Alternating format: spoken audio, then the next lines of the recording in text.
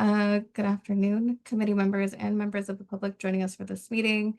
I am Giselle Sanchez, the acting council coordination manager here at the California Interagency Council on Homelessness. And I have the pleasure of opening our meeting today. So thank you for your commitment for joining our efforts to end and prevent homelessness in California, for being with us at this meeting today. A few reminders before we begin. This is a 2-hour meeting, and while we will do our best to keep to this time frame, there is a possibility that we may get over that timing slightly. This meeting is subject to Bagley-Keene Open Meetings Act, which requires that it be open, accessible to members of the public. The agenda is posted 10 days in advance of each meeting. A quorum must be present to hold the meeting, and that members not meet in private to discuss committee matters of the meeting, and public comment be available. All right, next slide, please. Before we begin, this is our agenda for this afternoon. We will start with the call to order, the tribal land acknowledgement, and the roll call. After this, please note that we are going a little out of order from what was posted on the agenda to allow time for our speakers to join us. So after a roll call, we will first be starting with the advisory committee co-chair opening comments, and that'll be followed by interagency opening comments. After this, we will continue with our working group evaluation update, a recovery housing guidance update, the tribal homelessness policy brief, general public comments, and finally, final remarks and adjournment from our co-chairs. There will be an opportunity for general public comment near the end of this meeting. We will allow for a maximum of 2 minutes for each comment. We welcome all public members. We welcome all public comments and feedback. However, due to the structure of this meeting we are in, we may not be able to respond to them. For this reason, if you have any specific questions that you would like to be answered, we ask that you please email us at calich@bcsh.ca.gov. All right, next slide, please. Okay, with that, the advisory committee to the California Interagency Council on Homelessness is hereby called to order on this day, November 5th, 2025 at 1:08 p.m. I will now pass it to CalICH's tribal liaison, Vivila Bossing-Bear, to read the tribal land acknowledgement. Thank you. We wish to acknowledge that Sacramento is the unceded homeland of the Southern Maidu, Valley and Plains Miwok, the Nisinan people, the Patwin Wintun people, and members of the Wilton Rancheria tribe who have inhabited this landscape since time immemorial. We extend our gratitude to the ancestors of all California Native American tribes and their descendants, as we recognize that wherever we are joining from in our virtual community, we're all on California Native American land. Thank you.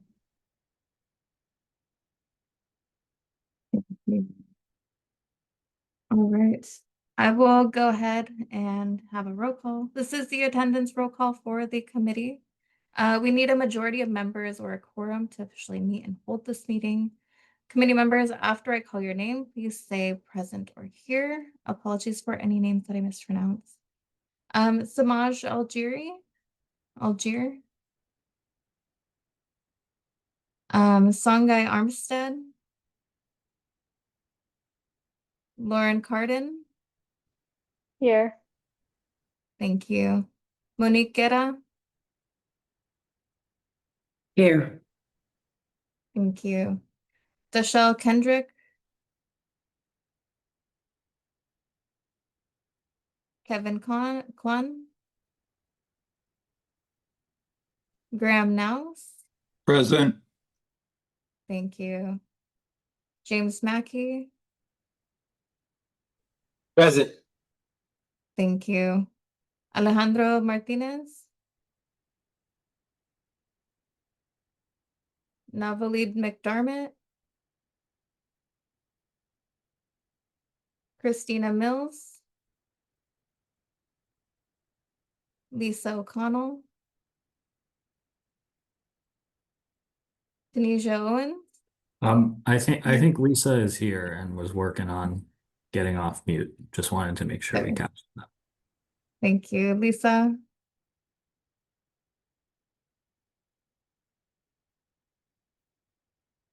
I do see you here. Um, okay, move on to Tanisha Owen. Present. Thank you. Carolina Reed, Melanie Robledo. Present. Thank you. Alicia Sebastian.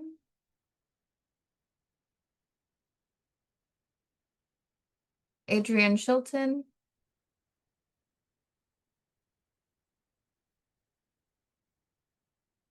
Carla Thomas. I'm here. Thank you. Alex Bizatsky. Present. Thank you. Javon Wilkes. And Roxanne Wilson. Here. Thank you. Shahir, I know you're keeping count. Do we have a quorum?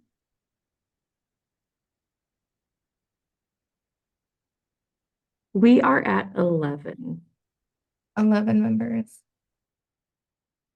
Okay. I Just think wanted to see also Lisa O'Connell said she's here in the chat, and then I believe Yes. Kevin Kwan we also have here. Including both Lisa and Kevin, we've got 11. Okay. you take a look at the attendees, make sure nobody got stuck in the waiting room.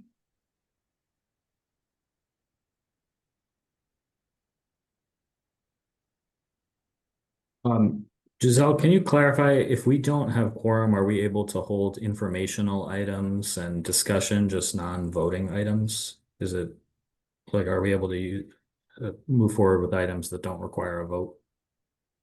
The advice, oh, sorry. Go ahead, Giselle. The advice that I've gotten previously is that we cannot hold the meeting. I don't know, Courtney, if that is what you know as well. Yeah, unfortunately, we are unable to hold if we do not meet quorum. So perhaps Giselle or Shahara, are we able to read out our roll again just to confirm we got everybody? Can I just, sorry, can I make one more inquiry? What number do we need to get to quorum so I can politely harangue some of my fellow committee members? We need 12 members, so we need one more person. Okay, great.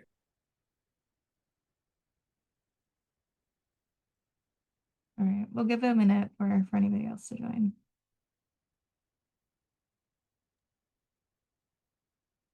Shahara, are you also able to read out our attendees' names again just to confirm we have everyone? Okay. So Samaj Algier, Songhai Armstead. We've got Lauren Carden present. We've got Monique Guerra present. James Joseph. Deshelle Kendrick. We've got Kevin and Graham and James. Alejandro Martinez. Novalee McDermott. Christina Mills. We've got Lisa and Tunisia. Carolina Reed. We've got Melanie. Alicia Sebastian. Adrian Shelton. We've got Carla and Alex. Javon Wilkes. And we've got Roxanne. So that's still us at 11. Alicia Sebastian told me she'll be on in a couple minutes, so if we can hang on, that would be great. Got it. Thank you.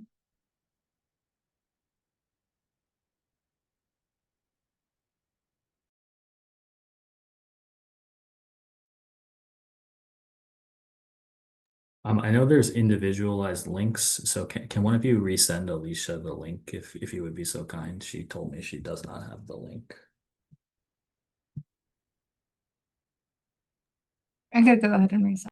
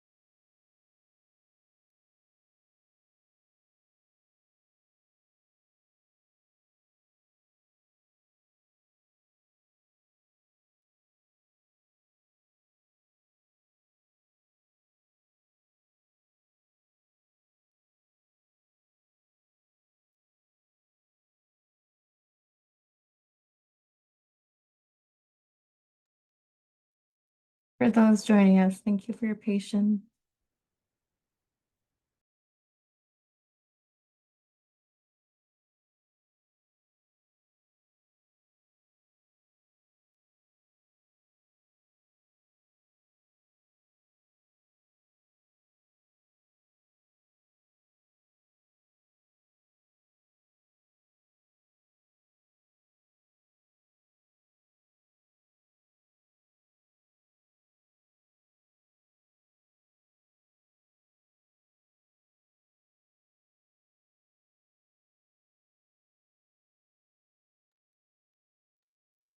Okay. I do see Alicia joined us. Alicia can confirm you're here.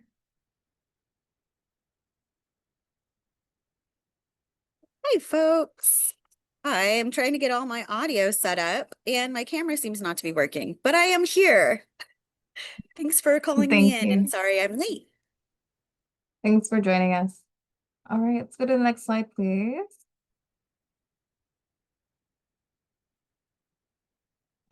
All right, we have a quorum, so I will pass it over to our advisory committee co-chairs, Alex and Roxanne, to provide opening comments.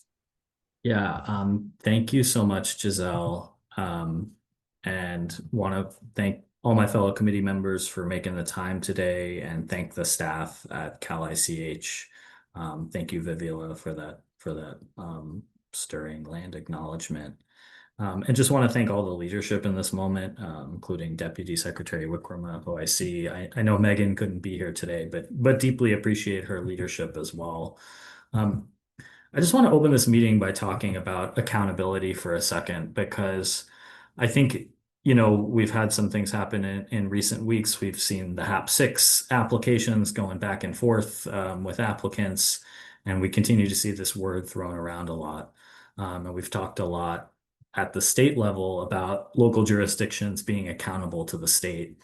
I don't think we're talking enough about the work we're doing to ensure that we are being accountable to folks experiencing homelessness, right? Folks who are experiencing homelessness deeply feel our failures to craft policy and build systems of care that keep them housed. We need to be accountable to them to fix that. It's not their fault, right, that we have failed in that endeavor.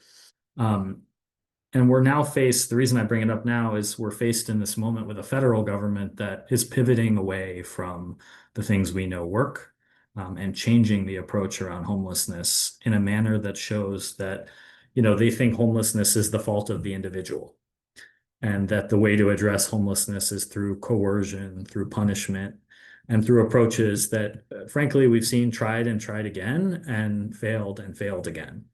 We're talking about the abandonment of models that we know work, the abandonment of housing as a solution, the abandonment of housing first. We know already of tangible policy decisions that are going to potentially throw 40,000 Californians who have experienced homelessness back to the streets, whether that's through the end of the emergency housing voucher program, or through rumored changes to the continuum of care program. So as we think about accountability in this moment, I want to urge our colleagues at the state to think about what the state's posture should be right now.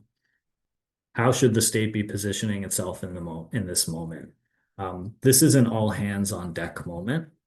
We need to think about what can we all do to keep these 40,000 folks and possibly many more in their housing, and to get folks back into housing, right? Many more folks that are experiencing homelessness are potentially going to lose their Medi-Cal coverage. They're going to lose SNAP benefits in the coming months. Local jurisdictions are going to need the state's help navigating this moment. They're going to need your help. Folks that are homeless now are going to need your help.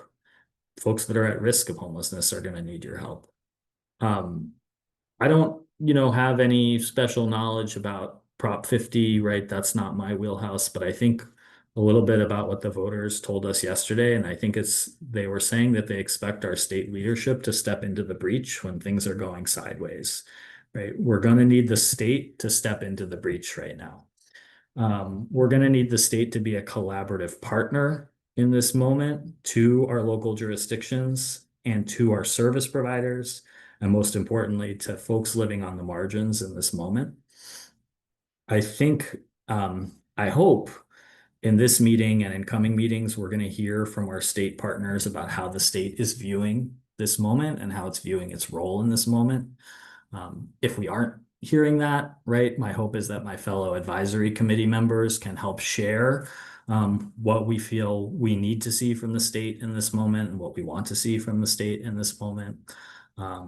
And so I'm looking forward to the conversation and the continued dialogue between the advisory committee and our capable, wonderful staff at the state. And I'll pass the baton to Roxanne. Thank you, Alex. For me, I definitely resonate deeply with what Alex has said, both personally and professionally. My comments are more directed to local communities. It is such an honor to gather here with you so frequently, with the leaders and partners and advocates from across the state who all share the same deep commitment to addressing the housing and homelessness crisis that Californians are experiencing. I want to first of all begin by acknowledging the incredible work that has in fact happened. There has been more changes, more effect over the past few years than we've ever seen historically within our wonderful state. Our committee does play a vital role. We have local experience and we need to bridge that experience to our state decision makers so that policy does translate into real impact on the ground. And I always want to express my sincerest gratitude to my fellow committee members, our partners at Cal ICH, and of course, the many people with lived experience who continue to remind us what this work is truly about, which is really all about restoring dignity, safety, respect, and opportunity for every person experiencing homelessness in California. But we also must acknowledge that we are at a pivotal moment in history. Federal funding that so many Californians rely on for food, health, and housing security and stability is at major risk. Best practices and data-driven decisions are being challenged. Emotions are rising and the movement is in fact under attack. I encourage my colleagues on this committee to organize, pay attention to all of the moving parts, and there's a lot of moving parts. Plan for the worst case scenarios, build coalitions, leverage resources, remain diligent, continue lifting up the voices of people with lived experience, and stay focused as we weather the storm together. Thank you. And I will just close. I know we're going to hear from Deputy Secretary. Oh, no, sorry. I will be closing at the end. But anyway, thank you, Roxanne. Happy to hand the baton back to Giselle. Thank you, Alex and Roxanne, for those comments. I will now pass it over to our agency representatives, Deputy Secretary of Homelessness, Dakshika Wikrama, and Deputy Secretary for Policy and Strategic Planning, Brian Kaplan. All right, Dakshika, take it away. Thanks, Giselle. Is Brian on yet? Are we still waiting for him? I believe we're still waiting. Okay, I can get started. Thank you again, advisory committee members, Alex, Roxanne, thank you for those opening remarks. Megan Marshall, the executive officer who couldn't be here today, had relayed to both of our agencies, BCSH and CalHHS, that the advisory committees would appreciate some kind of update from us, the two agencies, BCSH and CalHHS, which co-chair, as you guys know, the State Council, on all the things that you guys mentioned around what's going on at the federal level. So on my part, I just wanted to mention on behalf of Secretary Tamika Moss, thank you again, Advisory Committee, for all the work you guys do, especially all the disciplines you represent, including folks across the state and people with lived experience. So we really appreciate all the time you spend thinking about these types of issues and helping the Cal ICH staff and the council think about how we can work together on this as a collective. And speaking of working as a collective, Alex and Roxanne, you both mentioned kind of stuff that's happening at the federal level, and some of the things that are occurring at the state is really, as a collective, state agencies and departments are closely monitoring all the different things you mentioned, including, Alex, as you mentioned, the continuum of care funding program where there's leaks, as you may have seen from Politico and other outlets, around changes that might be in the offing. So just wanted to assure all of you, the committee members, that the state is aware and monitoring and assessing all these things, and including how the federal shutdown is affecting all of the programs, not only housing, but a lot on the safety net side. My colleague, Brian Kaplan, who will be joining shortly from the California Health and Human Services side, will add much more detail, because as you guys know, a lot of the active stuff that's happening where the state is intervening includes things like food stamps, which affect a lot of the same population experiencing homelessness or at risk of homelessness. And then I'm sure Brian will mention, if the federal shutdown continues further, there's a great risk of disruptions to what is called TANF at the federal level, CalWORKS at the local level, potential disruptions beginning in January. All of these things, as you know, are shared populations when we think about homelessness systems, people who seek rental assistance or supportive services from the continuums of care, the counties and the city. So from the BCSH perspective, just wanted to say and assure you guys that we are monitoring. The good news is thus far, there hasn't been any action taken on the COC grants, and I'm sure Alex can give us more information. There's actually been a very bipartisan effort to ensure that the COC grants continue without disruption. So we are really focused on making sure that's what the outcome is, regardless of how long the federal shutdown continues. So just wanted to assure you that on the housing and homelessness side, especially the continuum of care program side, we are assessing and monitoring, but Brian will have much more to add because there's active stuff happening, which also affects our clients on the food benefits and other kinds of social safety benefits picture.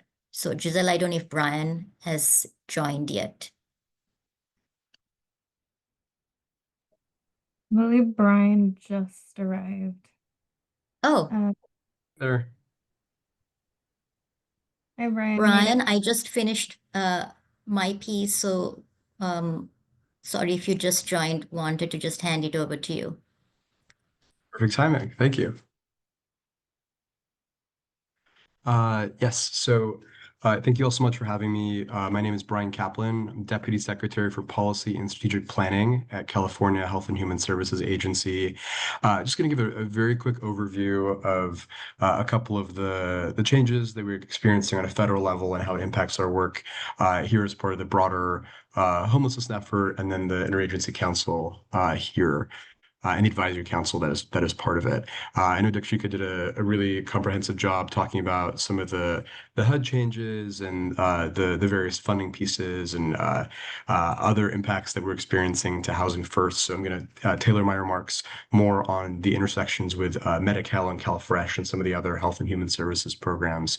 I'm actually today at a conference focused on the intersection of behavioral health and HR1 implementation. HR1 is the big federal budget reconciliation bill from over the summer that's going to have some pretty devastating impacts on our broader health and social safety net. So very good timing coming back to the state with a lot of learnings from our federal partners, federal and stakeholder partners and other states on how they're implementing. So a lot more to share in the coming months as we work on our implementation plan and really make sure that we minimize the potential impacts to the state and to our beneficiaries. I will make sure that the Cal ICH team here has a link to a webinar that our directors here at Cal HHS recently put on, really walking through in detail some of these changes so that this group can have access to them. And really that will be a much more in-depth summary. There's some really, really helpful slides. I'm without slides today, but that just really go go into some of the expected timelines that are happening on the federal level and how they intersect with a lot of our programs here at the state level. But just to give a very quick overview, we're experiencing some pretty large scale changes to the federal Medicaid program and how it impacts Medicaid, and then the federal SNAP program and how it intersects with our CalFresh program. On the Medi-Cal side, unfortunately, we're estimating that as many as 3.4 million beneficiaries in the state are at risk of losing their coverage due to a wide variety of policy changes. And our work over the next year plus is going to be trying to minimize the harm as much as possible. And that also goes with about $30 billion in funding across the board that's at risk annually. Some of the biggest changes that we're expecting are the implementation of work requirements for the Medi-Cal population, specifically for expansion adults. So adults that were granted coverage through the Affordable Care Act, which is a little over 3 million beneficiaries. So what that's going to look like is there are now these community engagement requirements. So basically proving that you work or go to school or volunteer or in a workforce development program for 80 hours a month. And so certifying affirmatively that you are engaging in one of those activities and that you can keep your Medicaid coverage if you're part of this population, or being exempted through a pretty long list of categories that include things like medical frailty, behavioral health condition, a disabling mental illness, pregnant or postpartum, or otherwise qualifying for work requirements in different programs like TANF or CalFresh. So that's probably the biggest single impact that we're expecting. Other ones that are going to be layering on top include dropping down from 1 year to 6 months for Medicaid eligibility re-enrollment checks. So that's a pretty significant change and will require our counties in particular to have to determine eligibility much more often, and a pretty significant look back period, especially how that ties in with these work requirements. There are now going to be, starting in 2028, and am I taking questions, Cali Stage team, or I'm happy to answer now or wait until the end, whatever makes sense. I can wait. Okay, why don't you go ahead, Graham? That sounds great. You want me to go now? Sure. Yeah, let's do it. Okay. I was just going to reference and maybe underscore some of the points that you just made, since counties actually administer these programs. That is true related to Medicaid, where we are going to have a substantial increase in the number of folks that are no longer covered, therefore would fall to county indigent care. And as a reminder to folks, the money that we used for indigent care was transferred to the state upon ACA implementation, so we do not have it. And I gather the state doesn't have it either. It's funding other things at the moment. It's currently was redirected to fund CalWORKs grants. And so that funding doesn't exist, which poses a significant issue in terms of those who will lack coverage and not have a place to go, and what we may need to do associated with that. The other piece is that both as it relates to Medi-Cal eligibility and for CalFresh, having the redetermination occur on a more frequent basis obviously requires more people to do that work. That is not funded work. And so the federal government did not propose to fund it. We're certainly having conversations with the state associated with that, but there are no endless pool of money, as well, as Brian knows for sure. And so that's a huge challenge. And unlike prior policy changes in the CalFresh space, the work requirement functions very differently. It used to be, when there's a policy change, ditto with Medicaid, people stayed on until it was proven that they are no longer eligible. That's not true anymore under HR 1. And so for CalFresh, to meet the work requirement, the way it will work is folks are automatically booted from the program unless they can prove that they are working. And what we know is most people receiving CalFresh are indeed working, but in order for them to prove it, they have to take time out of that work in order to show that they are working, which makes absolutely no sense whatsoever, but it is the requirement in HR 1. So we believe much like the state, that there's going to be a significant decrease in folks that are covered because they're going to be unable to take that time off of work in order to prove that they are indeed eligible. So, and on top of that, we have a $250 million in costs being transferred to us in CalFresh. The state has another chunk of money that is being transferred to us, and so all of these things make homelessness far more acute than it already is. And that's hugely concerning. And we need to keep that in mind as we're thinking about expectations and how to mitigate the impacts on our communities. So, Brian, thanks for the opportunity to make some comments. Absolutely. You basically gave my comments for me. So thank you, Graham. As Graham mentioned, there's some real significant impacts on the CalFresh side as well. Just to kind of finish up on the Medi-Cal side, we're anticipating new cost sharing requirements for most adults in this population for most procedures starting in 2028, which is often a real significant barrier to care. This is for adults over 100% of the federal poverty line. So we're expecting some real impacts there, as well as a whole host of new immigrant coverage limitations, including restrictions on lawful immigrants like asylees for the first time in the history of the program. There's in the webinar that I'll make sure the Cal ICH team will share around, there's a list of principles that the department is focusing on for implementation. It's going to be a real significant effort with a range of work groups, with county partners, with stakeholders, with just a whole range of folks. So real all of the above effort. And part of this is going to be to try and do everything we can to relieve some of that local workload, do as many certifications of eligibility and of these work requirements up front, automate some of our processes like we did during Medicaid unwinding a few years ago to the extent possible, just to really reduce the burden, because as Graham said, the workforce is already stretched incredibly thin. So lots of ongoing work, lots of listening sessions and other opportunities to engage with that. And then just very briefly on the CalFresh side, we're anticipating that about 495,000 people in the impacted population, which is known as able-bodied adults without dependents, are at risk of losing their benefits. And this population was expanded under HR 1.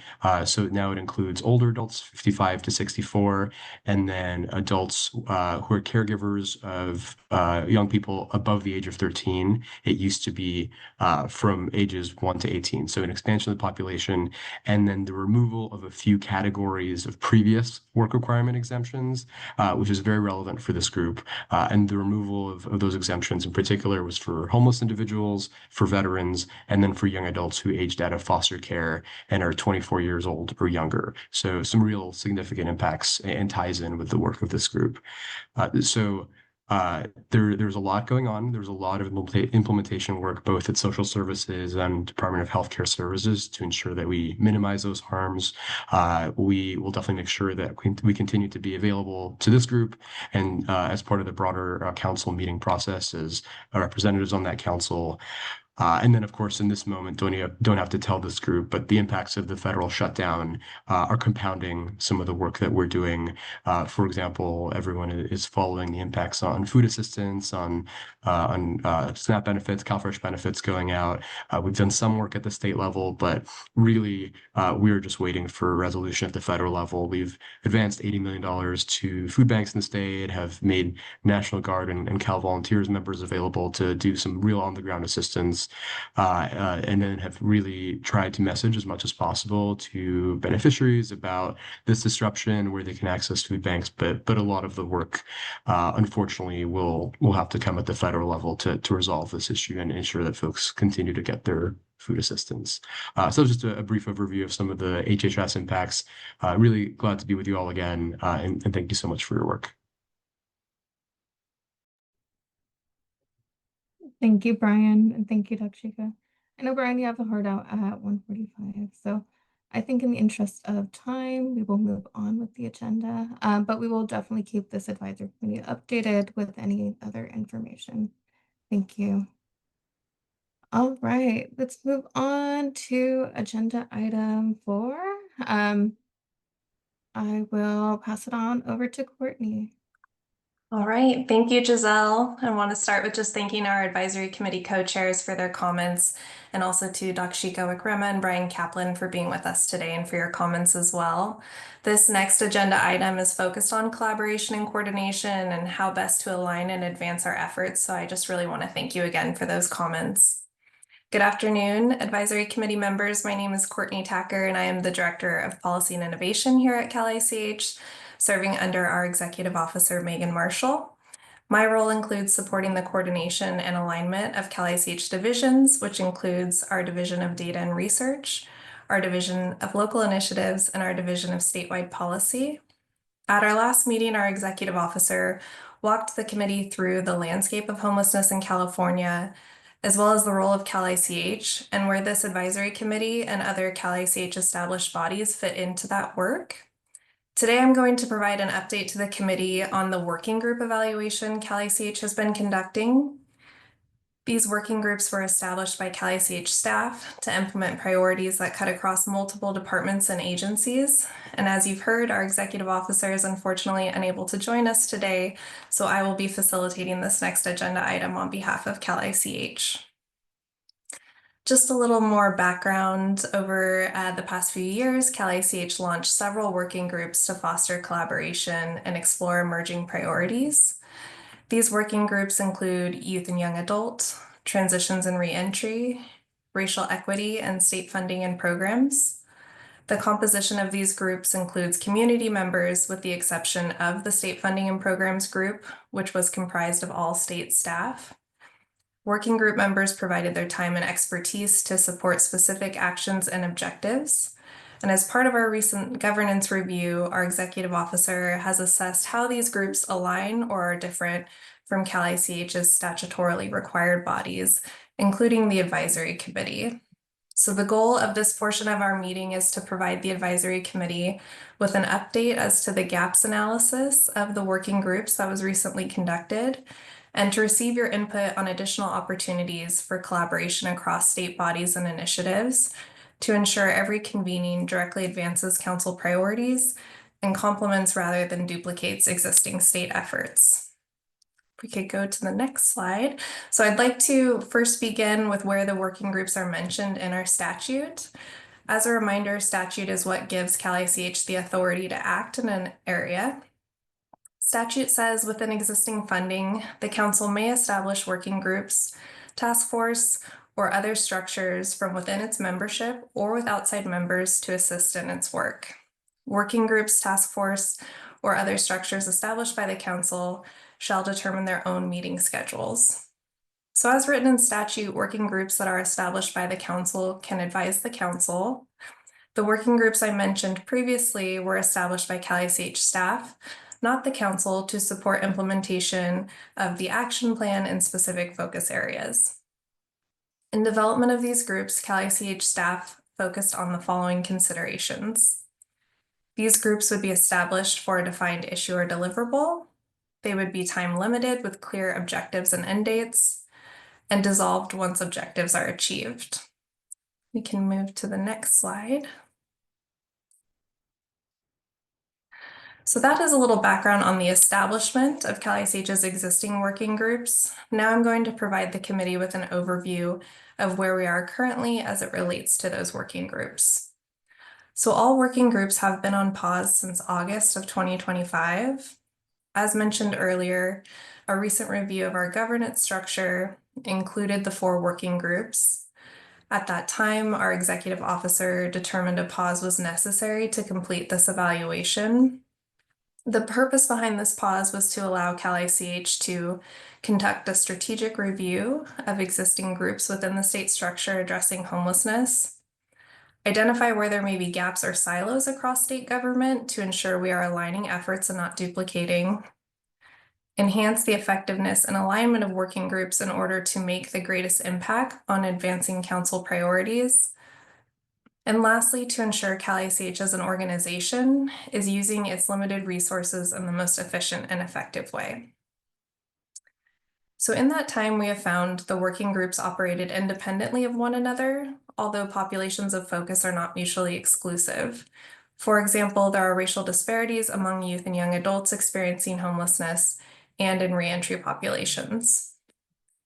The working groups were not chartered by the council to advise their work. However, some working groups had begun developing recommendations without the necessary support or oversight. And lastly, we found that many focus areas are being advanced through other statewide initiatives and coordination efforts. As an example, the recently established Youth Empowerment Commission has identified youth homelessness and housing as one of its key priority areas to address. We can move to the next slide, please. So I've shared a bit of background about the establishment of the groups and where we are to date. I'm now going to share a bit about where Cal-ICH is going in relation to these working groups. Following this evaluation, Cal-ICH will clearly establish the following work group pathways for advancing council priorities and statewide efforts. These will include council-established working groups. These are groups created by council vote or motion. They would still be dependent on available resources to stand up and administer. These would be subject to Bagley-Keene and open to the public, and these groups would be charged with advising or informing the council on a specific action area as voted on and designated by the council. So as an example, the council may bring forward a motion to establish a working group focused on a specific action area within the action plan to assist council departments and agencies in the achievement of their committed actions.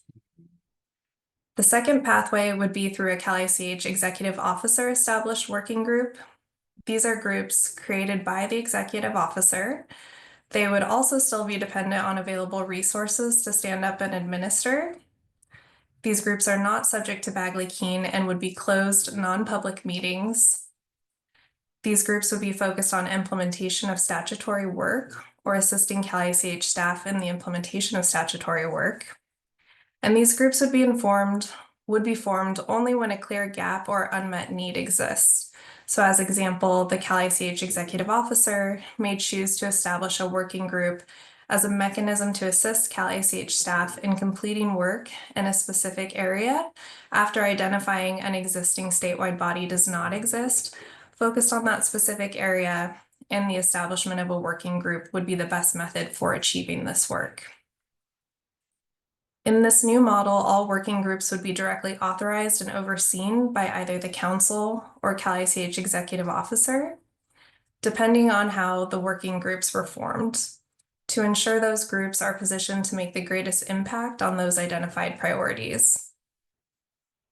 As part of the evaluation we are currently conducting, Cal-ICH is also assessing our current capacity to identify which working groups we may be able to continue supporting directly and where partnerships with other departments or statewide initiatives may be available with opportunities for Cal-ICH to integrate into those existing efforts. We can go to the next slide, please. So just to finalize this working group evaluation and subsequent recommendations for the council, we have a few discussion questions to pose to you. So at this time, would love for committee members to share with us other state bodies, councils, or initiatives that you participate in or are aware of that touch on housing and homelessness. Are there opportunities for collaboration that you see across state bodies or initiatives? Are there existing efforts we can align with or support rather than duplicate to support coordination and systems alignment? So I will take a pause here and look forward to hearing from our committee members on this topic. Courtney, thanks so much for that. I just wanted to pause and note for the record that committee member Judge Armstead has arrived. So just want to track that as well. Thank you.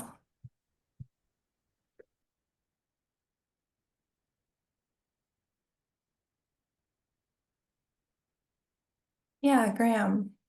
So I think I have a couple of suggestions in this space, but I first wanted to get a clarification from you, Courtney, about the advisory council's ability, or I guess charge, whether it's limited to state bodies getting together and opportunities there.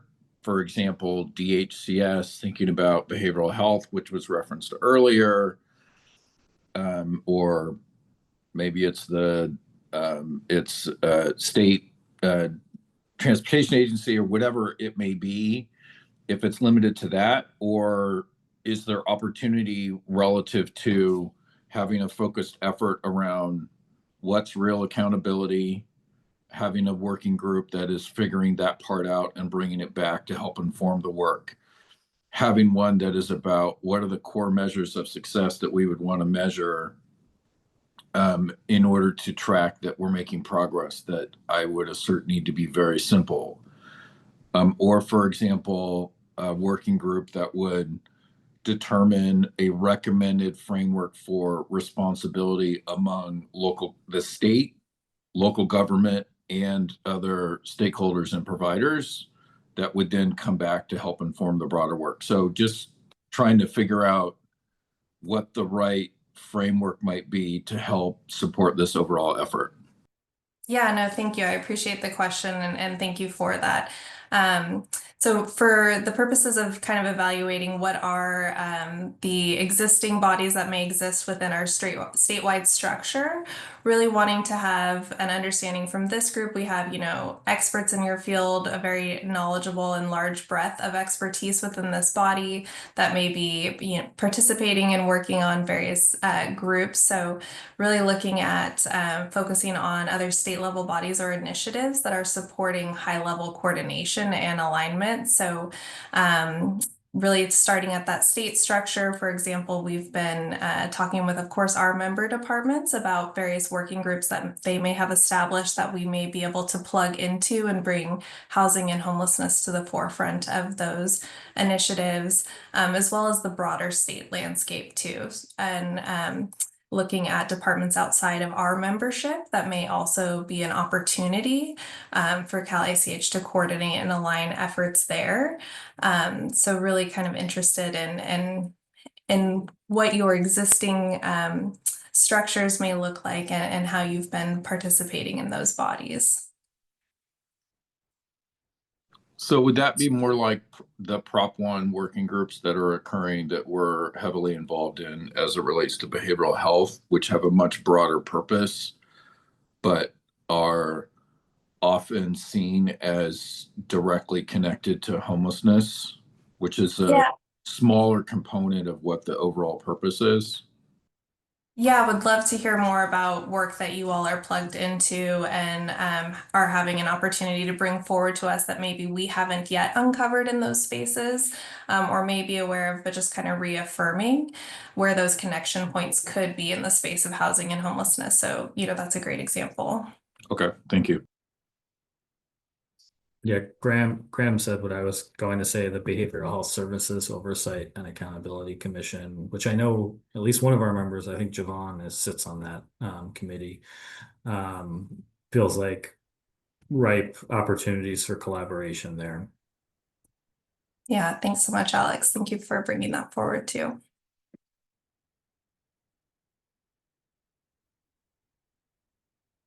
Yeah, Lauren.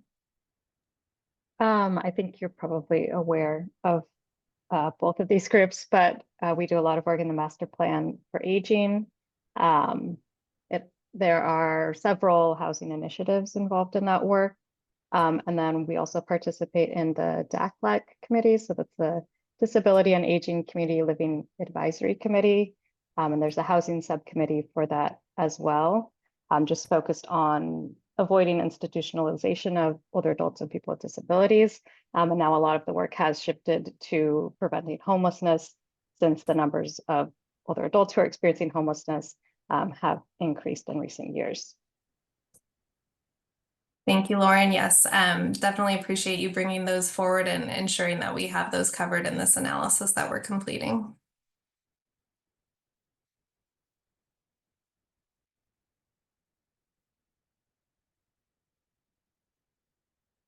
Any other recommendations or sharing from the committee you want to share? We're tapping into all of the knowledge and expertise we have within this body.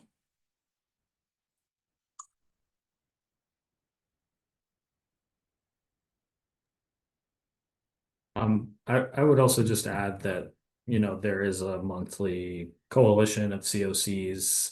There's a couple COC coalitions that come together. One which is really focused on state policymaking, which the Alliance helps convene. And I know they are always happy to connect with state staff and share their 2 cents.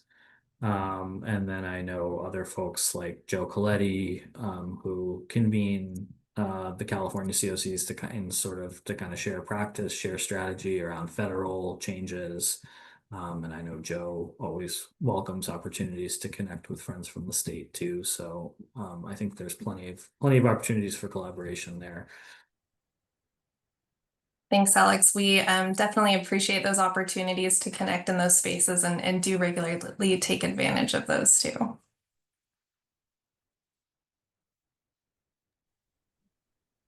There's a less formal body of individuals that come together really because of the work of NAEH and the RTFH out of San Diego.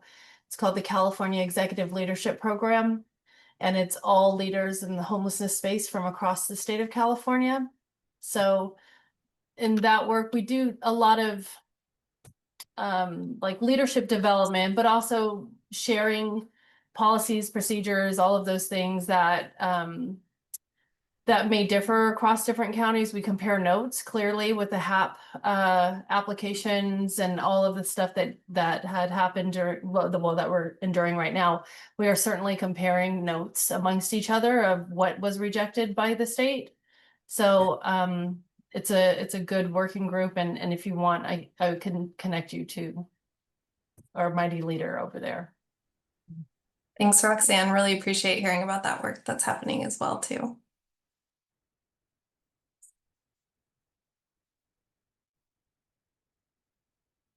Any other final comments before I pass it back over to Giselle?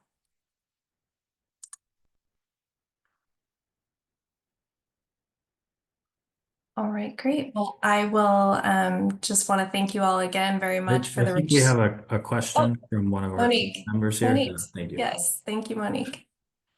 I think my comment is more along the lines that while yes, we can collaborate with other organizations that focus on subpopulations of folks, ultimately, I think that there is a lot of power in having your own group built for the need that you're trying to accomplish. And so I think that there's, right, and a lot of my focus has been on youth and young adult homelessness and housing.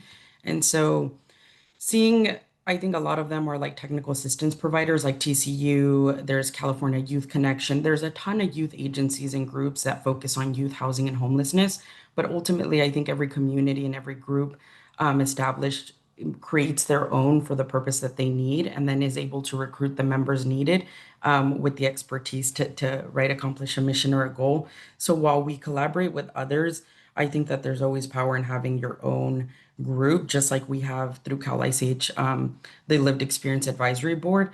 There's, I don't know, that's kind of my thought, because there's a lot of these youth groups, but they're built with different missions, with different priorities. And so while they might be similar, are they quite what Cal ICH needs to accomplish our mission and goals, especially with the action plan? Yeah. Thank you. Thanks, Monique. That's a really great point. Thank you for bringing that forward. And I will just say we are looking at the statewide landscape here, and really just wanting to ensure that we don't have a number of different working groups across the state using the same, 10 experts within those fields. So really appreciate you bringing that forward and ensuring we have that central focus while we balance our resources and make sure that we're able to work in an efficient and collaborative way. Well, I just want to thank everyone so much for the discussion and your contributions to this topic. I really appreciate the feedback, and we'll certainly be taking all of that back with us in this evaluation. I will turn it back over to Giselle to facilitate our next agenda item. Thanks, Courtney. Giselle, while you're unmuting, just wanted to note also for the record that committee member Dr. Reed has also joined the meeting. So we're quorum, we've blown past quorum, where quorum's no longer a concern. Thank you. Thank you, committee members, for those comments. I will move us on to the next agenda item. Next slide, please. Thank you.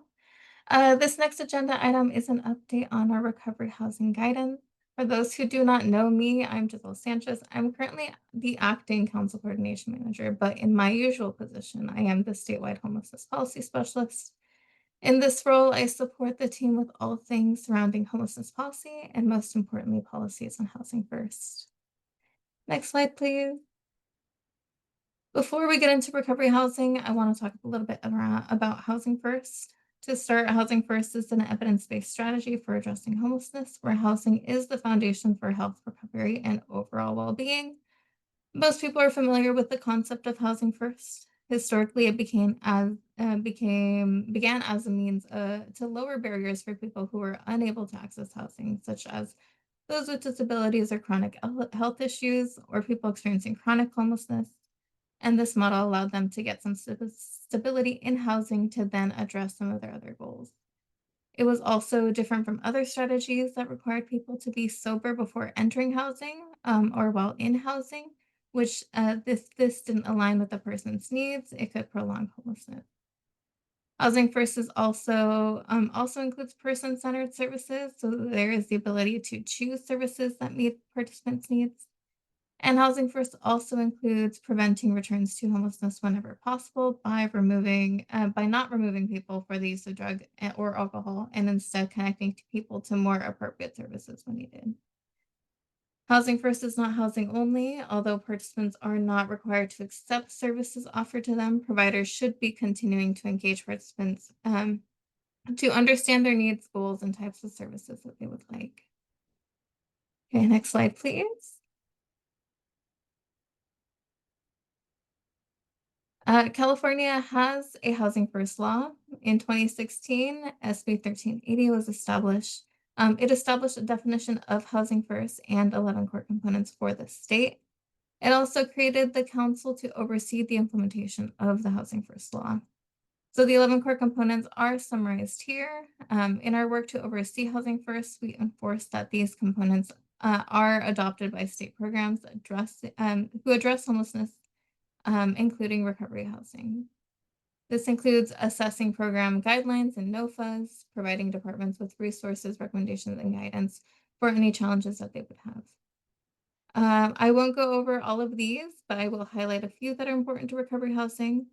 If you see core component number 5, there is no requirement to participate in services in order to receive or retain housing. This means that participation must be voluntary. And in order for services to be truly voluntary, there must be a variety of services available in the community, and a person should be informed about them so they could choose the one they want to participate in. Core component number 7, no eviction solely for drug or alcohol use without other lease violations. So this means that service providers should use evidence-based techniques and participant-centered approaches to prevent participants from engaging in actions that may lead to a violation of program requirements. And core component number 10, services use harm reduction philosophy to engage with participants. This means providers must be supporting participants with their recovery without judgment, and if necessary, engage with participants to choose other housing settings or recovery methods that fit their needs. All right, next slide, please. California's Housing First law and recovery housing programs are not at odds. They share a common goal, which is to help people sustain recovery through housing stability and supportive care. CalICH's guidance shows how to do both together. To explain what recovery housing is, they are sober living facilities and programs that provide housing and recovery focus and peer-supported community for people recovering from substance use issues. There is often confusion on how recovery housing and Housing First can work together, because recovery housing requires people to be sober, while Housing First includes not having any requirements to receive or maintain housing or services, including sobriety. So on the surface, it may seem contradictory. However, a main principle of Housing First is participant choice and tailored services. So if a person decides that they want to be in recovery housing and be sober, that option should be available to them. All that being said, solutions to homelessness is not one size fits all. recovery housing is a necessary part of the homelessness response system, and the system must be equipped for people seeking support and those in their recovery journey. I also want to recognize that there are some cases where recovery housing is not voluntary, such as in cases where it is court ordered, and we work with our state departments to ensure that these programs are also in compliance with the law. Next slide, please. So we have just released the recovery housing guidance. With this recovery housing guidance, we want to ensure that the confusion with housing first and recovery housing are cleared up, and that they are in fact not contradictory, but coexist in the services that a person chooses to address their needs. This guidance is now up on our website, as well as the short summary. Next slide, please. Thank you. So there are 4 key points that we include in this guidance. 1, participant choice. Entry must be voluntary, and people must be offered services to other housing options if they decline or exit. 2, person-centered care and harm reduction. Recovery housing programs must provide treatment and services that are participant-driven and tailored to participant goals. They must also accommodate medication-assisted treatment if that is necessary, and engage with participants to understand their needs by using motivational interviewing, trauma-informed approaches, and peer support. Number 3, no eviction for relapse. Relapse must not be a cause for removal from a recovery housing program. Programs must not remove participants due to relapse or substance use, and providers are expected to offer relapse support to participants. People should also not be exited to homelessness and instead connected to other support options. And number 4, accountability with compassion. Above all, our programs and services should be accountable to providing services and tailoring them to the needs of participants so they can be successful in reaching their goals. Next slide, please. And lastly, I want to highlight some of our best practices. On the system level, we are encouraging communities to provide a variety of housing options, including recovery housing, so that a person has an actual choice in how they are engaged in services. And on the program level, we are encouraging recovery housing programs to have standard policies, especially policies for voluntary participation and person-centered services. All right, next slide. All right, thank you for listening to that presentation. I have 3 questions for the committee to discuss. And in the interest of time, please feel free to answer any of these. Are there any connections between mainstream services and recovery housing services within your communities? What are the challenges in establishing these relationships or accessing recovery housing services? And then lastly, are there communities that Cal ICH should reach out to share this guidance? Thank you.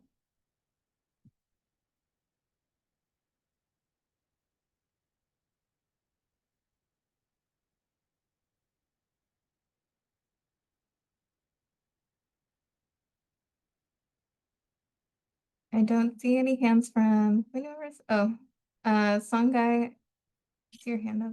Yes. So first of all, thank you for this presentation. This is a conversation that I have I've been having with people for probably since Housing First became, you know, the way to go, is that you can have recovery housing and it still could be Housing First. So, I'm a judge and I was a prosecutor. And so the thing that I see quite often is that we've ordered people to services and people say it's not Housing First, but you're saying it can be. And the other thing I see that's been a challenge is that a lot of people are released, they have drug and alcohol conditions. And so then going to a housing facility where people are allowed to still use often violates them and causes them to either relapse and or end up back in custody or have a violation.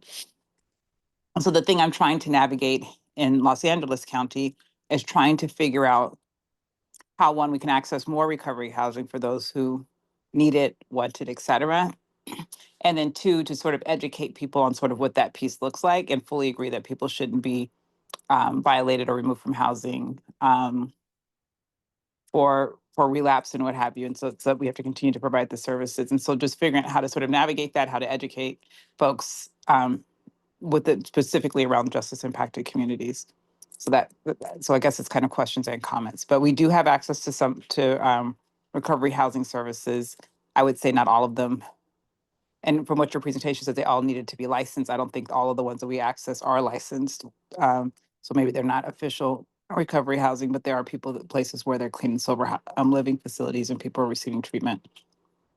I think I answered the rest of the questions, but that's it. So those are my thoughts and comments and questions. Thank you. Alex, I also see your hand. I'll wait. I want to make room for my fellow committee members before I start yapping.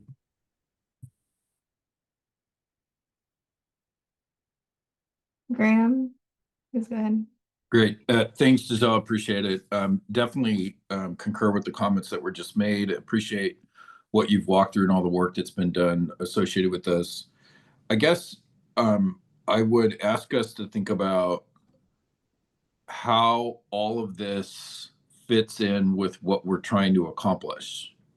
Because from a policy perspective and a structure perspective, this is guidance, so it's not required, it's not funded, and so it may set up a set of expectations about what exists in a community that can't be met by counties, cities, nonprofits, and other folks. And so trying, I don't have any issue with what has been crafted. And I do believe we need to meet people where they are. And so having this model in place along with the more traditional housing first is really important. I just don't know, or I'm hesitant to have yet another thing that sets up a set of expectations about what's happening in communities that communities can't actually meet because none of it is funded. And so in all of our work, I may continue to bring this back because our starting point is there are zero real responsibilities in state law about who does what around homelessness, and that includes most of us that are on this.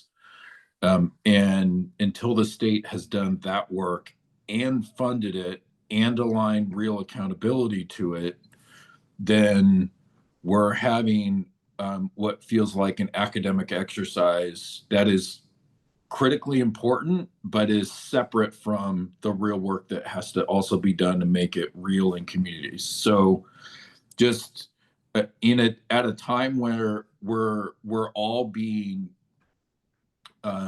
we're all under assault of some sort from what is occurring that is chaotic and destabilizing and intentional unraveling of the federal government. It makes this even harder when the starting point was go do good work.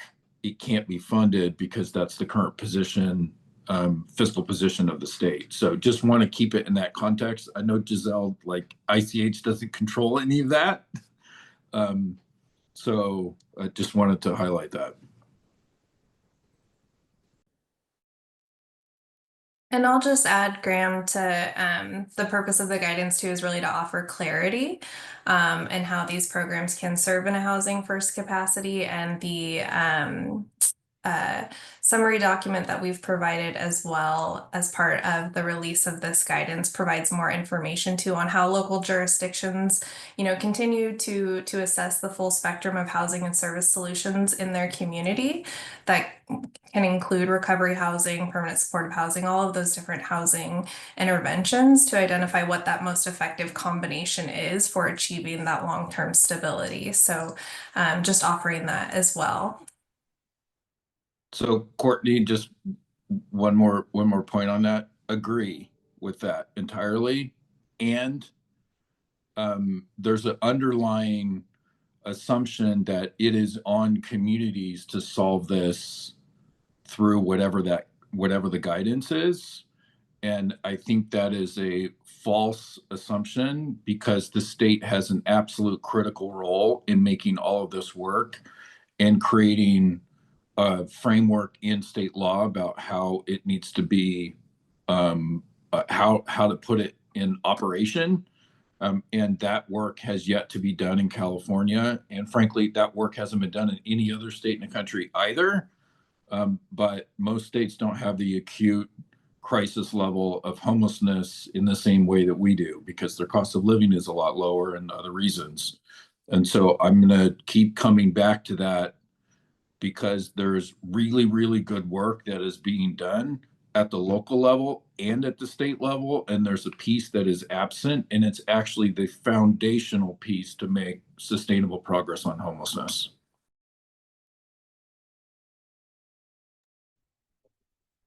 Thank you. Are there any other comments before we go to Alex?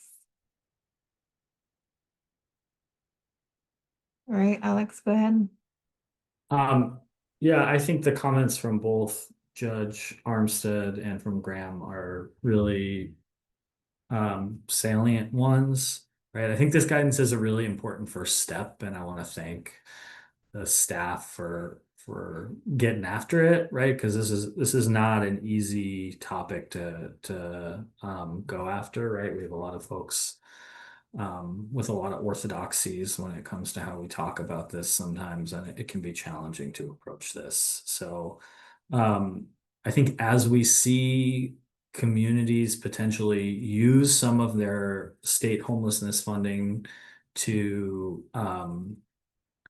direct some of that to recovery housing, we're probably going to see things come up, right, in program operation that's going to necessitate further iterations of this guidance, right? I don't think it answers all the questions we can all envision, which is, that's how guidance should work anyway. It should be iterative. We should continue addressing things as they come up.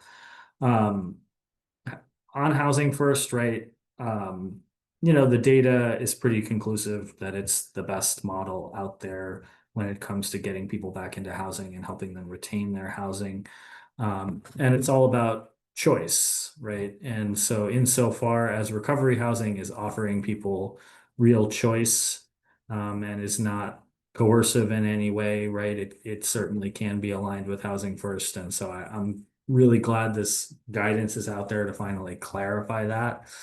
I think to Graham's point, it's going to be a real struggle for it's a struggle for communities now to truly implement Housing First in a way with fidelity to the model, right? The services funding is not there. We're going to see further services funding drop away as we heard from Deputy Secretary Kaplan earlier in the meeting. That's going to make the implementation of like true Housing First with real choice challenging. That's similarly going to make it really hard to implement recovery housing in a meaningful way, right? Communities are going to have to move money away from an existing program, an existing housing resource to fund this kind of thing in the environment we're in right now. So, I don't necessarily have some sort of golden answer there, but I think this guidance is a really helpful step in that regard, to ensure that we don't just wholesale abandon a model that's coming under assault from federal policy changes as well. And so I just want to thank you guys for like taking on this really difficult, tough endeavor. Yeah, thank you, Alex. Really appreciate that. And just want to, offer again for the committee here that this is not a new program, but this guidance is intended to offer clarity on how the Housing First model can be incorporated into recovery housing.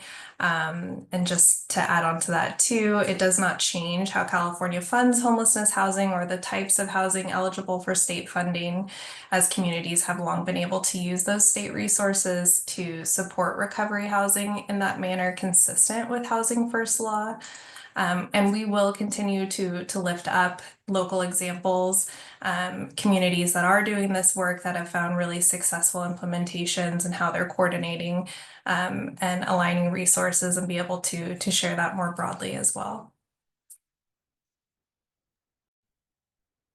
Yeah, thank you all for those comments. I'll also point out that the guidance does recognize the difficulty of aligning recovery housing and housing first. It may require new policies, staff training, infrastructure.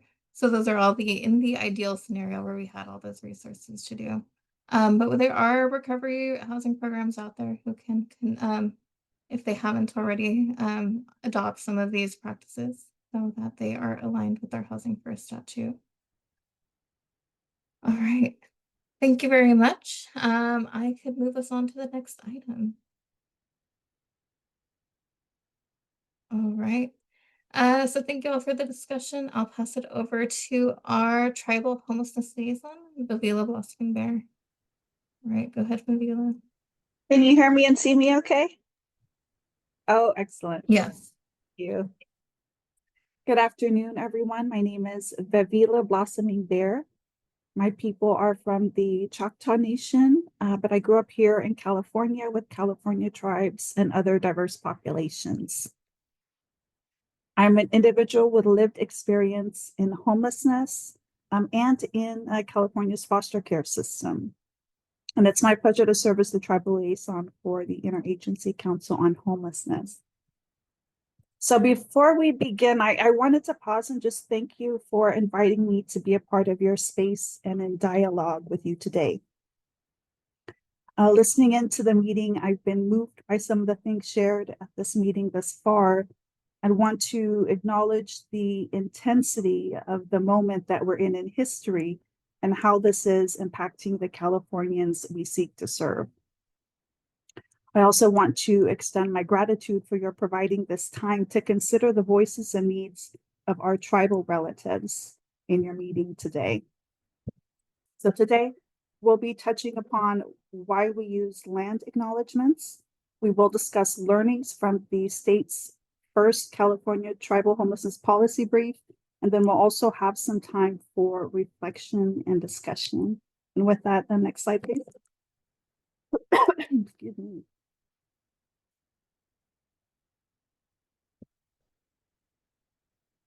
Land acknowledgements serve as a reminder of our shared history with the original peoples in our California communities that were displaced by colonization and are still experiencing its negative impacts.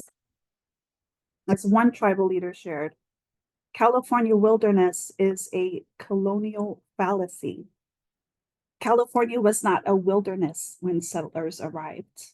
California had been very purposefully and skillfully stewarded to provide the vast resources that settlers and their descendants benefited from and continue to benefit from to this day. All of our homes, workplaces, places of worship, businesses, and nature reserves were all possible as a direct result of the care that California tribes provided to these lands for thousands of years. When we share our land acknowledgement, we recognize this history, and we also commit to right relationship and action. Towards that end, we have been partnering with and learning from tribal leaders and communities throughout the state to better understand and support the effective implementation of interventions grounded in the voices, needs, and solutions of California tribal communities. And it's my honor to discuss one of these works co-created with tribal communities with you today. Next slide, please. Excuse me. So we are excited to share the state of California's first tribal homelessness policy brief. This brief is a call to action, passing on what tribal leaders and communities throughout the state were gracious enough to share with us. It provides a high-level summary of what has been learned about California tribal homelessness, uplifting what California tribal leaders and communities have expressed as their challenges, solutions, and opportunities. I'll dive into just a few highlights with my time today. So first and foremost, California tribal communities are in crisis, and it's not a crisis of their own making.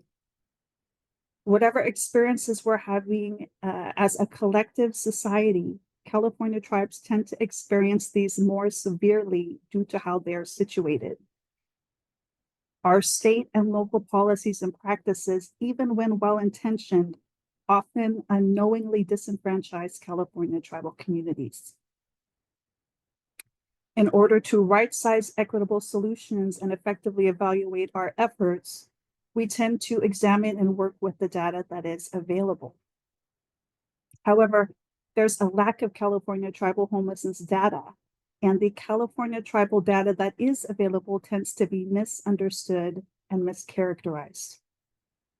For example, the Homeless Management Information System, or HMIS, has been cited as stating that California tribal communities members experience homelessness at about twice the rate of the general population.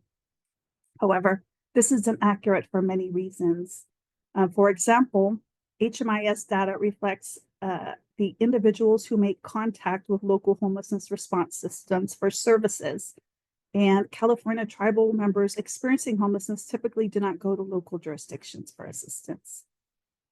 In fact, in our work, we've learned that tribal communities are experiencing homelessness rates of up to 40% of their community members.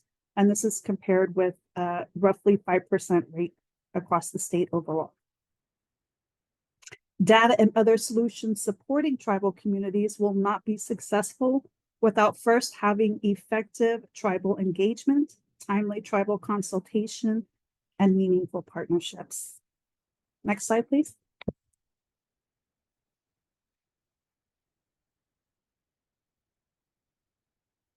Thank you.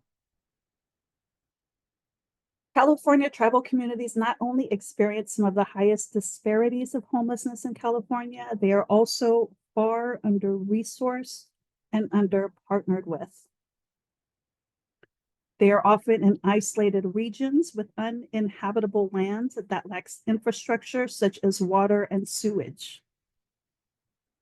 Tribal leaders have shared with us that at times when they've reached out to local jurisdictions to build relationship or partnership, they're often ignored, treated as if they were a local nonprofit or business, and at times, sometimes receive active opposition to their efforts. We're in a new day, and it's time to turn the page on a tragic history that we will only continue should we proceed our work within the current status quo. This includes ending silos and coming together in new ways, grounded in reality, with mutual respect, and with tribal voices at the center of tribal solutions.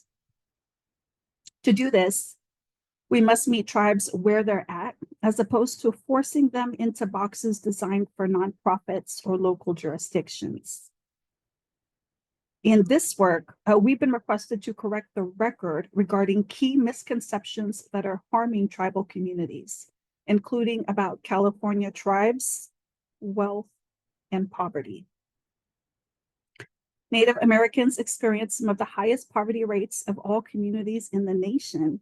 However, the public largely believes that Natives are all rich from casinos or government payouts.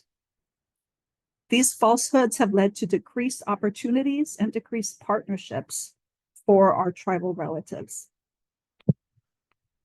As we turn the page and progress an inclusive collective California community, working arm in arm to safely house all of our relatives, we're called upon to adjust our approaches to tribal engagement and partnership. So this includes having an understanding of the history of the state of California and California tribes, ensuring that our staff are culturally responsive, and creating spaces of partnership centered in mutual respect. We're also called upon to advocate for and implement meaningful tribal consultation and inclusion in our policies and programs. It's time to turn the page on the old ways of doing business, to use what existing mechanisms we have available to us, and to advance new mechanisms that support California tribes and tribal communities in their efforts to address homelessness. And it's our hope that the Tribal Homelessness Policy Brief inspires new partnerships and opportunities for tribal communities, grounded in respect and appreciation for tribal sovereignty and self-determination. Next slide, please. So with that, we have a few minutes to reflect and discuss. And you'll see there is a question on this slide if you would like to dive into that question. But I also have an alternative question I wanted to float. It's entirely up to participants what they would like to discuss. But one question that came to mind was, what are your thoughts and reflections on what has been shared? And what implications does this have for your work within your organization and within our work collectively? So that's one question we can discuss. And then if you would rather, we also have another option. In what ways can better understanding the needs of California tribal communities support your outreach efforts and tribal partnerships? And we also offer, please feel free to reflect upon and discuss whatever you want, or ask questions if you prefer. Thank you.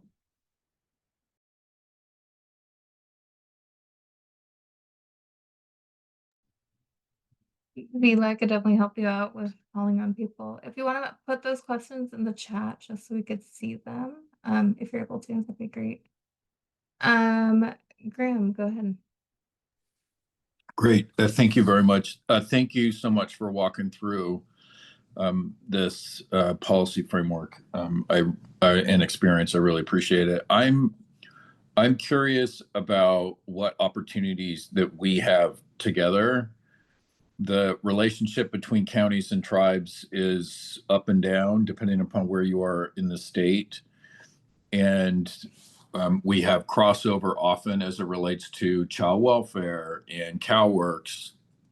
And there's tribal representation on a number of homelessness related working groups in communities locally, but not in all. And so I'm just curious what opportunities you may see for us to connect and tackle this issue together.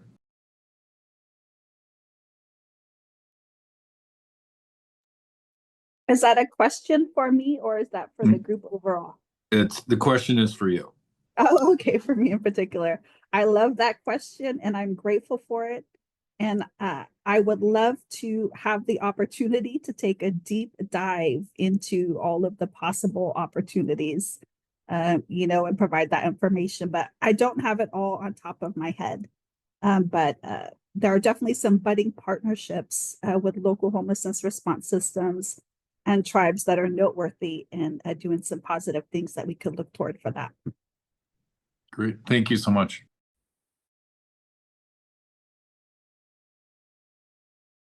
Thank you, Carolina. Thank you. And thank you for that presentation. It was incredibly thoughtful and inspiring too. So thank you for that. And I really want to commend Cal ICH for calling out these needs and doing a policy brief. I am a researcher, so I can't really talk about sort of the partnership from an implementation side, but I am interested in learning more how we could support tribal efforts through a better understanding of housing needs or barriers to housing. I suspect that the current federal administration and the changes there are actually going to impact tribal communities incredibly hard. And so just want to sort of put out there that in partnership, if there's any way that we can support with research to reach out. Thank you so much.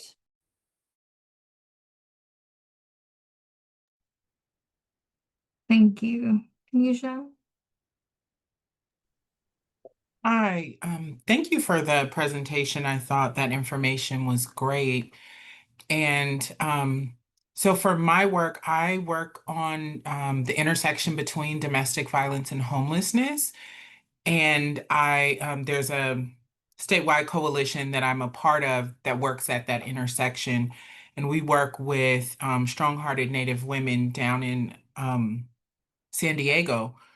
But I think the synergy we found was on the domestic violence side with Native communities, because we know Native American women are very vulnerable. But I haven't seen as much activity in the Bay Area where we're located on the homelessness side with Native communities. So I definitely would love to hear more information and figure out how we can do more of the collaborative work, but definitely understand it, and from that, the intersection with violence against women. So Thank you so much for sharing that. And if I may take this opportunity to share, we do have a tribal specific homelessness and housing events and opportunities calendar. And we're working with partners to fill it up with everything that's happening. And it's a potential resource moving forward at looking at local tribal events that involve homelessness or housing.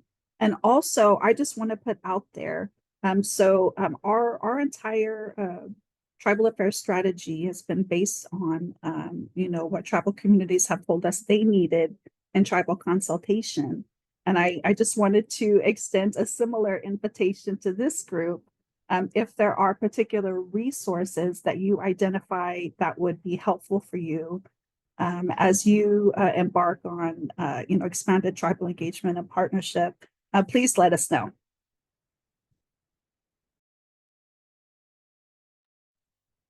Thank you. And Alex, go ahead. Yeah, thank you, Avila, for this really thoughtful brief and presentation on it. I'm really glad that Cal ICH has you as an asset to, embolden their thinking on this.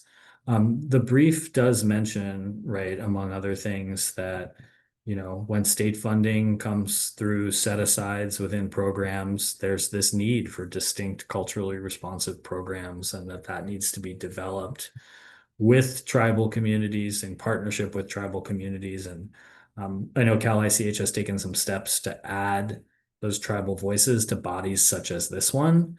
And I would just encourage Cal ICH leadership to ask whether that's enough, whether there's more formal structures that we need to bring in more of our tribal partners from around the state to be giving input.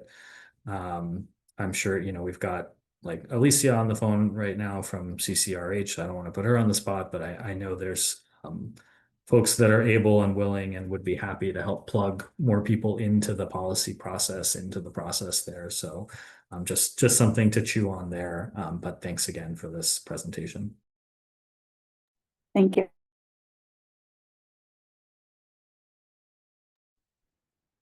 Thank you. Are there any other comments?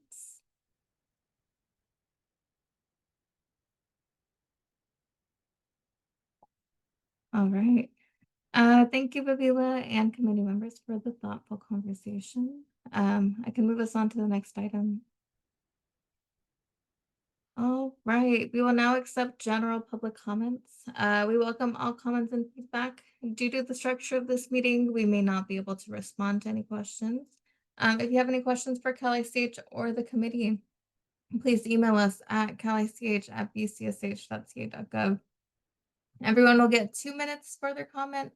A Cal ICH staff member will soon share their screen with a 2-minute timer, so we can warn you when your time has expired. If you're connected through Zoom, select the raise hand icon on the meeting window of your computer. If you're joining us today by telephone, you may press *9 to indicate that you'd like to comment. And once I call on you, you'd be instructed to press *6 to unmute yourself. All right, I'll go ahead and check if we have raised hands. We currently have 1 hand raised. When I allow you to speak, please state your name and voice your comment. All right, Samsung SM. Hello, good afternoon. My name is Ruby Toralva. I'm here in Kings County. I want to thank the council for inviting me for today. I am a welfare client, and we have been homeless for a year. I think I'm asking for Cal ICH to take a close look at the way state homelessness and housing programs are being administered here in Kings County. I've been here in Kings County about 2 years. My family's lived experience inside the system has exposed deep structural problems from repeated ADA compliance failures to retaliation when individuals speak up or request accommodations. I currently have a state hearing pending, yet even though that process, HSA staff and hearing representatives act as if they're beyond oversight, knowing that no one at the state level will intervene. Last year that my mom passed away on December 10th, I was forced to go and attend a meeting. The workers said that if I didn't go, she was not going to extend my stay at the hotel. And that was the only resource that was given to us. I share this experience because I want Cal ICH to see how your guidance would to this county would help out a lot of people. The homelessness keeps increasing. Our county director Wendy Osikoffo continues to tell CDSS that or Wendy Osikoffo continues to say that to CDSS that they don't want technical training. The Changeable project has not been embedded in Kings County. ADA compliance has and the training hasn't been effective in Kings County in general. The staff from Kings County HSA have confirmed that they only receive ADA training in regards of physical barriers, but not about extensions or anything like that. That which is it definitely affects the structure that Cal ICH has. It's really good. I wish that all those housing first implementation principles were embedded here in Kings County. That would definitely help many of us. We've been on and off the programs and retaliated against even from CDSS stating that they have no jurisdiction. I reached out to them and I even have an EEO CDSS intake because I don't know who could possibly have oversight and be able to enforce these ACO letters, these policies that are done by federal and by state to be able to for the counties to administer the programs correctly. I mean, there is HSAs reporting multiple and state federal grants, including HSP and HDAP as if they're purely county administered programs. But they just tell me there are there's grant programs and non-grant programs, which I saw ACF has clarified that they're all grant programs. Some of them are discrete, some of them are indiscrete, and that I continue to try to advocate for my family and be able to help them understand the distinction of these matters, that despite them being a county administered, they are grant-based.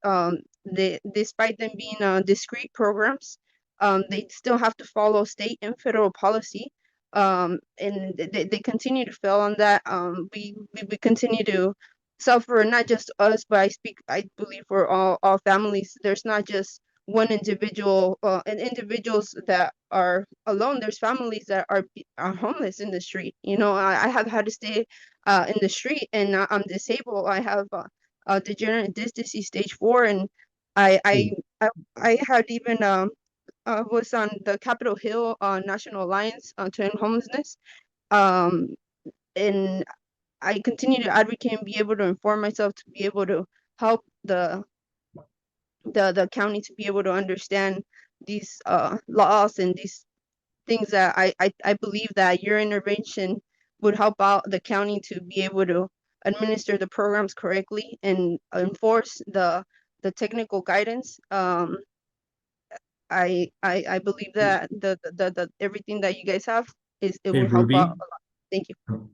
Yes, I believe, that's did you say your name was Ruby? yes. Do you mind just sharing your information with Cal ICH staff in the chat so that we can make sure to get you connected both to appropriate folks at the state, but also appropriate folks within Kings County, where I believe you said you are, that might be able to help work with you to resolve this issue. If you can just make sure to, and if Cal ICH folks, can you make sure to connect with her in the chat to get that information? Thank you. I appreciate it. Thank you. Thank you, Ruby. Yeah, so you're able to send us an email. We'll be happy to follow up with you. All right.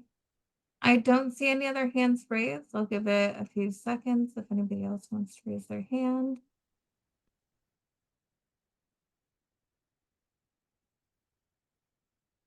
All right.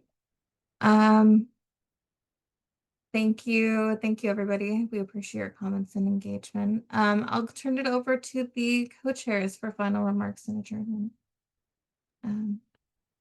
Yeah,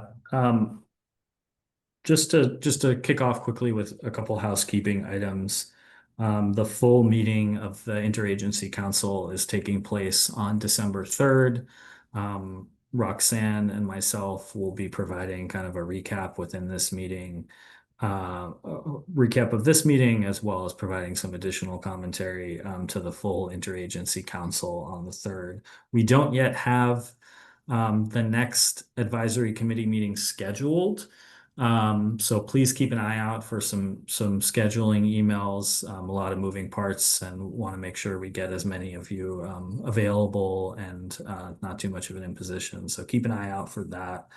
I also just wanted to quickly open it up to committee members and see if there are particular items that you want to strongly encourage ICH staff to put on the agenda of that next meeting. Now would be a good time to kind of voice any of those ideas. So just want to open that up right now to my colleagues for a moment.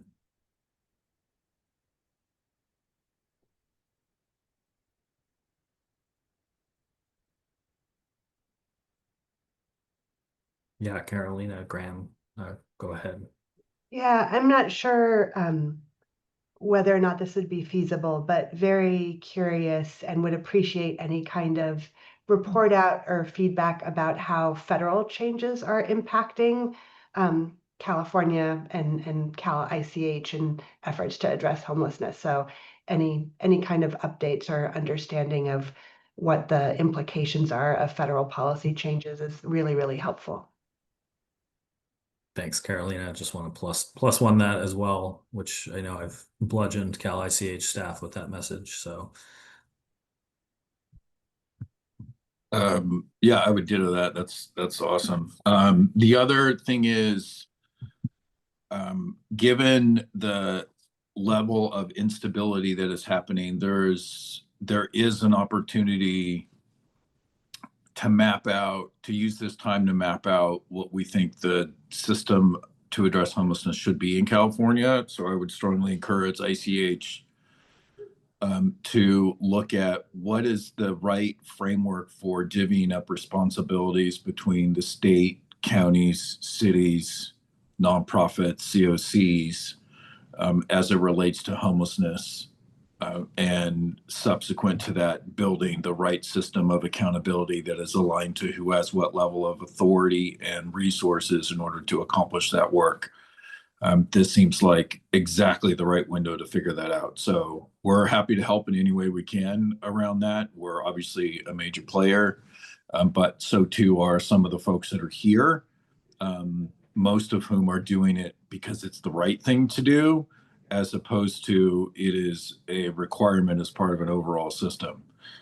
So I would put that on the table. thanks, Graham. And then so we have a hand up from Tunisia. Yes, I think it would be good to find out if there are any data collection efforts to improve on the data that's collected from the pit. Because we know the point in time count is going to happen in January for some places, but it's very limited data because of how HUD defines homelessness, and it's an undercount. So just wondering if there's some potentiality to collect better data than what we get from the pit.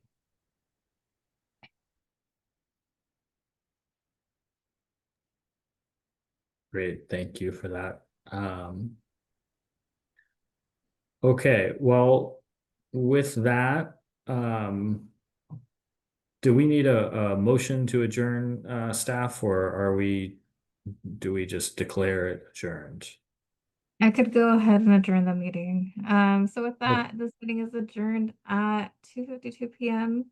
Thank you again for our committee members for your insights and comments during the meeting today. Our next meeting is to be determined, so we will find a date that works for everybody. So we'll be reaching out soon with some other options. I'd also like to thank members of the public who have attended this meeting. We appreciate your interest in this work around homelessness. I know many of you who attend these meetings work to address homelessness either across the state or in local communities, and we appreciate your efforts. Thank you.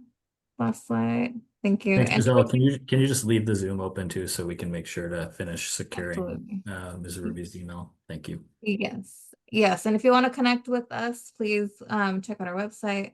If you have any questions, please send them to our email, calich@bcsh.ca.gov. And yeah, and we encourage you to follow us on social media. Thank you all. Great. Thank you so much, Cal ICH staff. I see we've got the email, so I can send that. I will send that over to Leticia from Kings County. But you all should feel free to reach out as well. Thank you.